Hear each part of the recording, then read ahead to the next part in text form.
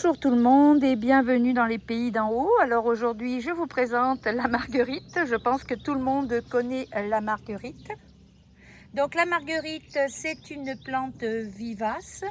C'est une bisannuelle, c'est-à-dire que la première année, elle fait une collerette, la deuxième année, elle fait une hampe florale avec au bout une capitule. La capitule est la caractéristique de toutes les astéracées, c'est-à-dire un regroupement de fleurs. Donc ici, on voit des fleurs blanches qui sont ligulées et des fleurs jaunes qui sont des fleurs tubulées. Donc deux types de fleurs dans la marguerite. Alors la marguerite est très intéressante. Je vous ai montré comment mariner les boutons de marguerite, alors pas comme ceci quand ils sont complètement fermés, et comment aussi les fermenter. Mais on peut aller très bien prendre la marguerite comme ceci et la manger directement dans une salade, ça donne un croquant et on peut essayer, c'est vraiment très intéressant. Mais on peut aller aussi manger directement la marguerite. Alors la marguerite est très intéressante parce qu'elle possède les mêmes propriétés que la camomille allemande. Donc c'est une digestive, elle est calmante, elle est diurétique. Elle agirait aussi en tant que cicatrisante, donc une action sur la peau quand on fait des macérats huileux avec la marguerite. Et elle agit aussi, elle serait antispasmodique et donc elle possède de nombreuses propriétés. Alors en fait, ce qu'on fait quand on l'accueille, c'est sûr qu'on choisit les plus belles marguerites. Alors vous voyez, celle-ci, je ne la prendrai pas. Donc on va prendre la marguerite. Alors je ne sais pas si je vais arriver à le faire parce que normalement j'ai deux mains. Puis moi, je vais enlever juste le dessus, vous voyez. Et en fait, je ne garde pas le petit bout qui est à l'arrière. Donc là, comme j'ai qu'une main, je l'ai abîmée, mais vous pourrez voir sur les photos, je ne les abîme pas.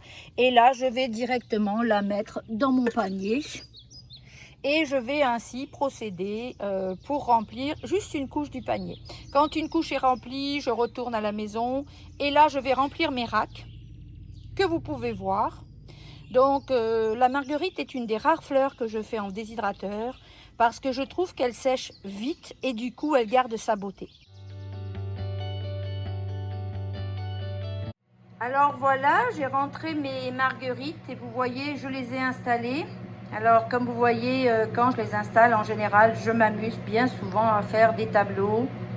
Alors j'ai fait un tableau où il n'y en a qu'une, j'ai fait un tableau où par rangée, il y en a deux dans l'autre sens. C'est une façon de jouer avec la matière, mais aussi d'apprécier la beauté des fleurs. Donc on peut tout simplement aller les mettre comme ici, juste rangées. Et après, ce que je fais, c'est qu'elle va rentrer dans mon déshydrateur. Alors, mon déshydrateur, il est à 41, donc il est au plus petit. Et le nombre d'heures, c'est pas vraiment important parce qu'en fait, je les surveille.